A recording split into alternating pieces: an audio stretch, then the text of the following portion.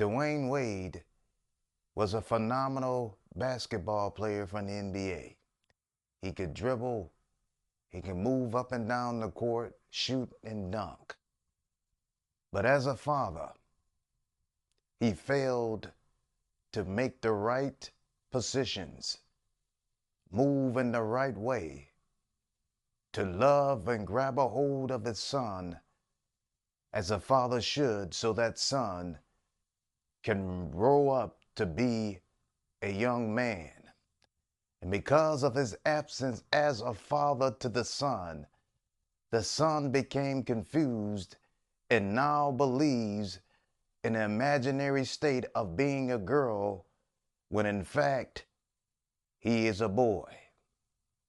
And nothing in his life, the technology, the corruption, the defiled thoughts and behavior of adults can never change what a human being was born to be. And someone will have to give an account for what this child, the son, has turned to become. And it will be Dwayne Wade. And when you meet God, he will not congratulate you of your athletical abilities. He would question you whether or not you were obedient to whom you were born to be and whom you were supposed to be as a father to your son. Welcome to True Talk with Bree, and my motto is I'm not here to bring you tea, but I'm here to bring you solutions. Our topics would be ranging from molestation, rape, abandonment, unhealed trauma, drug abuse, or whatever issue that you are having that's keeping you from being all that Yahweh has created you to be. If you like the content, please like, subscribe, and share. And thank y'all all for tuning in to True Talk with Bree. On True Talk with Bree today, this video is dedicated to Siohvaughn Funches Wade. Her voice matters. Her decision regarding her son that she carried for 9 months, it mattered.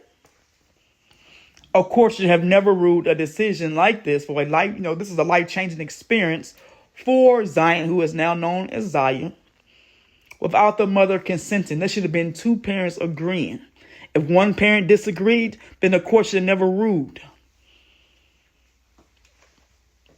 So the next voice that you're going to hear is Siohvaughn Funches Wade. This is a older video, but I stand with Siohvaughn. And I feel like her voice deserves to be heard. Here, we're sitting here with Siohvaughn Wade, ex-wife of Dwayne Wade, and her friend Najee, the last friend standing. Because basically, Siohvaughn, the people that you thought were your friends, when you and Dwayne started to go through your turmoils and start breaking up, what happened to those people that you thought were your friends? I realized they weren't. They all went away. No more phone calls.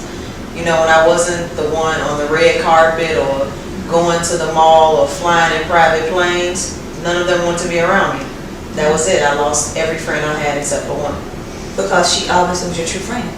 Yes, and when my Cadillac truck broke down and I literally had to walk, me and my children. I'm sorry. This was in Miami? This was here in Chicago. In Chicago. Your car broke down. Yes, it did. And you had to walk because I don't understand this. I wasn't receiving enough funds to be able to just go and trade the car in or otherwise purchase another one. Did you receive child support from Dwayne? 3 months out of this entire time, and that's it. So I'm here in Chicago, and I actually came to court where Siohvaughn had a court hearing today. And I must tell you, honestly, seriously, this was like the most chaotic scene that I have ever witnessed. Dwayne Wade's attorney, Mr. Pritikin, he would not answer any questions because I did ask him, was he trying to continue to delay the trial because Dwayne's book is coming out? Of course he ran for me. It was good because I needed some exercise. But at the same time, I could not believe he wouldn't answer any questions for me. And I said, Siohvaughn, what were you all coming here to try to resolve today? Well, I haven't saw my children in 3 years. Last time I saw them was August 3rd. So the motion today was about your children? You seen your children? That was one of them.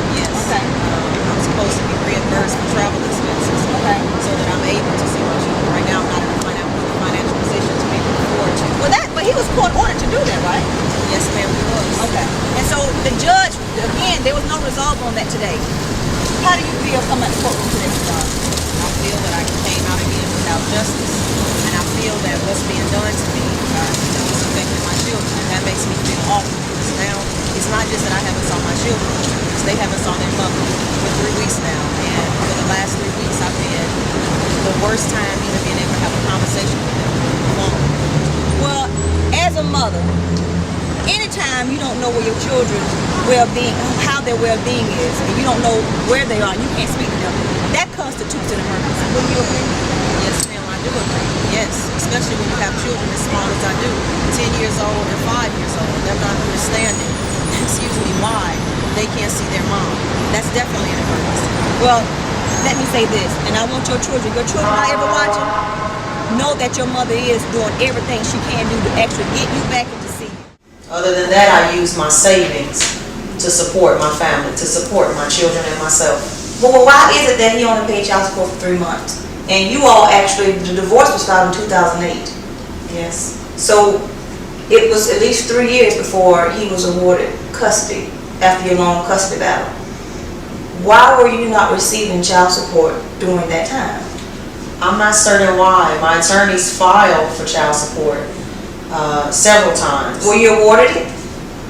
I received child support for 3 months, and that was it. So no, I wasn't awarded child support. I wasn't awarded any back child support. I literally had to live off of my savings, and I'm still living off of my savings. Right now, I'm not in a position where I get enough money to even pay my own bills. I have a motion pending in court right now to pay back bills. Well, I just want to be clear. When you say you wasn't awarded, the court did award you child support, is it that Dwayne hasn't paid, or that you were not granted child support? No, it's that the court didn't award it at all. It was the 3 months and nothing other than that. We asked for it several times, and the last time I asked for it, there was a delay. Mr. Wade had then asked for me to have to take a paternity test for Zion, our youngest son. And so that took a delay, and that slowed down the process for me. Okay, I don't mean to cut you off. I'm so sorry. Dwayne asked for a paternity test for your child. Yes. Okay. And how did that make you feel? Terrible. Terrible. Angry. I felt the timing was certainly not a coincidence. I was constantly saying, I need funds to be able to support my children, at least for them. Not so much myself, spousal support, but just give me what these children need so that I can support them, because after you live off savings for so long, it dwindles down. Well, let me ask you this, and I'm not trying to play devil's advocate. I'm just asking questions that I know that people want to know. I mean, there was some transcripts that showed someone testified against you, one of your so-called friends, who was an ex-friend, and actually said that you confided in her that you had affairs. So if someone told Dwayne that, you don't think that he would have had doubt that that was his child? Well, she actually said that, I believe what she said was that the child was someone else's. She had said that. And so we did the paternity test, and obviously it's his son. But no, because we planned to have Zion, and it was actually Mr. Wade's idea to extend the family. So it was on purpose. I stopped taking all birth control on purpose. We planned it. I went to the doctor to make sure that I was in health. I had began taking prenatal vitamins ahead of time and taking care of myself, consulting with obstetricians at that time. So I would think that it was crazy that he would go along with that. And also, this was the same person who had, at one time when she left our life, she had, began making rumors and accusations that Mr. Wade was treating her very badly, that he was being very oppressive to her, that he was gay, that he was doing things with his teammates, and she lived in our home. And I knew at that time the accusations she made weren't true. And so I know that I defended myself against her lies during the custody trial, but there was a time before the custody trial that Mr. Wade had to defend himself against her lies also. And so when he called on her to be a witness, I was thinking, this is the same person that, outside of a courtroom was testifying against his own character. Nevertheless, he called her anyway. Najee, you were in Miami, because you all met in Miami. So you were there when Siohvaughn was going through what she was going through. And Siohvaughn, you also mentioned to me that Dwayne actually abandoned you all, you and your children, and the children didn't see him for 3 months. 3 months straight. Is that so he didn't see the children at all? Not for 3 months straight. But was it because he was in Chicago, or maybe he was playing games, or No, he was playing a game? We were still in the house in Florida, the house that we lived in together while we were married. We didn't change addresses. We didn't change schools for the children. We were in the same place that we had been, while we were in Florida, but he disappeared for 3 months straight. I did reach out or try to contact him. I would call, I would send text messages, I would have our oldest son call and leave his dad a voicemail, and he would do things like he's coming or he's gonna come, and he wouldn't show up. So that was very hard because our younger son, he didn't know what was going on, but he was affected because by the time the 3 months passed and Mr. Wade decided to show back up in their life, he responded to Mr. Wade like a stranger. He would literally cry hysterically. He was reaching out for the housekeeper to take him out of the arms of his own father because he did not know him. And then for the older child, it was disappointing and sad because there were times when he would wait, and anytime a car would come and turn around in our cul-de-sac and he saw the lights, he was thinking, oh, Daddy came back, or he's coming. And the hour would go, and another hour would pass, and then eventually it was bedtime, and I would have to tell him, you're going to have to go to sleep, and he's like, oh, his dad said he was coming. It was awful. It was terrible. Well, Siohvaughn, let me ask you this, and I'm not making no excuses for no man not seeing their children. Let's just be clear with that. But were you mean to Dwayne? Were you constantly arguing at him maybe? Do you think he maybe refrained from coming to the home because he thought your reaction was going to be explosive? I mean, I'm just asking because did he give you a valid reason as to why he didn't come see the children for 3 months? Oh no, when I tried to find out what his reasoning was, I was told don't ask him any MFing questions. He's a grown A man, shut the F up. That never went well. To the point where I just stopped. I stopped asking and stopped trying to figure it out. But as to whether there was anything that I did, no, it wasn't. I was very, very broken. I wasn't in a position, I didn't have the strength to fight like that. Every bit of strength I had, I fought for myself to stay stable and in a condition and in a place where I could take care of my children and console them when I needed to, because of both of them were very broken also. So I didn't have the strength or the energy to fight or curse or yell. I was literally broken. So you didn't yell when you found out he was going with Gabrielle Union? No, I didn't. Yelling wasn't my reaction. Do you consider Gabrielle Union to be a homeworker? I don't consider Gabrielle Union at all. Okay. Najee, I'm going to ask you this question. You were there, and I'm going to read something, and I just want to see what you all have to say. An article in April of Jet Magazine, Gabrielle Union actually spoke. She actually said that, I'm quoting her, the question was asked, how does she feel about the mean things her fans and other women say about her? I'm quoting her, she says, I think people mistook me taking the high road as an admission of guilt. Dwayne and I made a decision very early to not react to negativity, and I keep feeling like the truth will come out. The problem is when it did, nobody cared. What I discovered on social media is that people don't really read the entire story. Najee, I'm asking you, you're her friend, you were there, I'm asking you what happened, what is the truth, what's the story? I saw a family being divided. I did not only see a wife that lost a husband, but children that lost their father. True, Siohvaughn? Separated and divorced are two different things. I'm not certain, when it happened or when she happened, but I know that I was very married. I know that, me and Dwayne at that time had talks about reconciliation. We went back and forth. I was still even intimate sometimes with my then husband. So does that constitute, sleeping or having an affair with somebody's husband? Yes, I'm not certain. To me, divorce and separation are always two different things. That's just the way that I was raised. And if that's the high road, I'm going to consider whether I should take it or not. Well, I want to ask you this, and it's up to you if you want to, however you want to answer this. Siohvaughn, let me ask you this. It was in the media that Dwayne and Gabrielle, your husband, was in the media with this woman, and they were parading around town as a couple. And for years, I've never seen you do an interview discussing that matter. I've never read any transcripts or never read any comments that you made pertaining to Dwayne and Gabrielle, even though you were still married to him.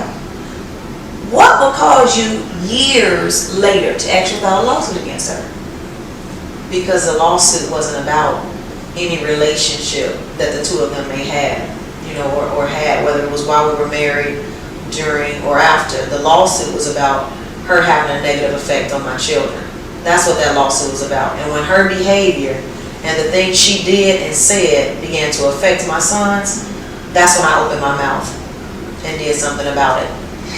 Najee, you were there with Siohvaughn. You witnessed what she was going through. You witnessed that she was quiet. Because earlier you even told me that a lot of stuff you didn't say out of fear. How did you confide, and first of all, what was her mindset? How did she make it through? And how were you being a good friend to her during these tumultuous times? It was not easy. The little strength that she had to share between carrying on herself and being a mother was lying in Zaire. And not only a mother, but she became a father at the same time for both of them. Wow. Because of the absence of their own father. So Dwayne wasn't coming around to see them that much? No. She who made her own to go see games, to try to make him see the children in the parking lot after he would come out. I remember at one occasion, he stopped and Zaire hugged him and asked him, "Dad, can I go with you?" And he said no. And he said, "Why?" And he said, "Because I'm going to go to sleep in a park, in a bench in the park." And he said, "Well, I'll go with you over there, Dad." And he said, "No, I don't want you to come with me." And the whole time going back to the house and even to the next day, he was crying because of that response from his dad.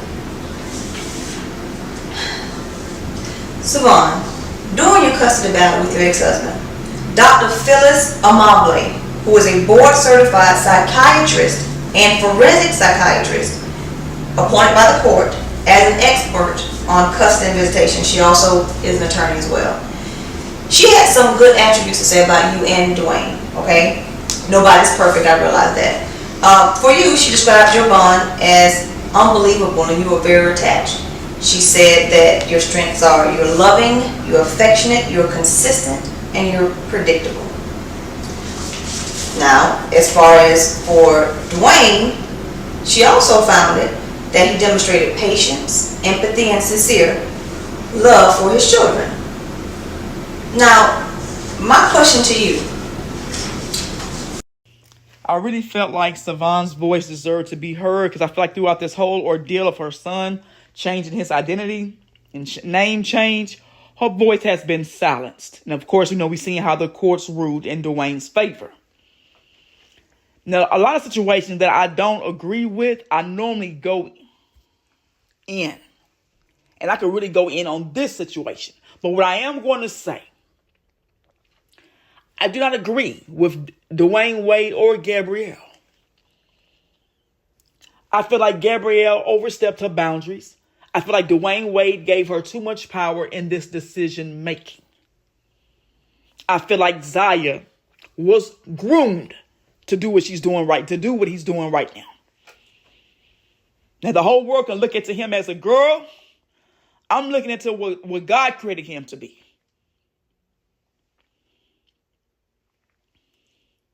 So my prayer is for Siohvaughn, that God moves in your life in a mighty way. May he turn things around. May he give you the peace that surpasses all understanding.